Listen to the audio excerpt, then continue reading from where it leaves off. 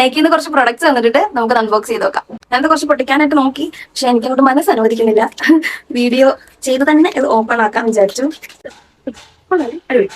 അപ്പോ പൊട്ടിക്കാൻ എനിക്ക് ഭയങ്കര ഇഷ്ടാ ഇങ്ങനെ ഓപ്പൺ ചെയ്തൊക്കെ നോക്കാൻ.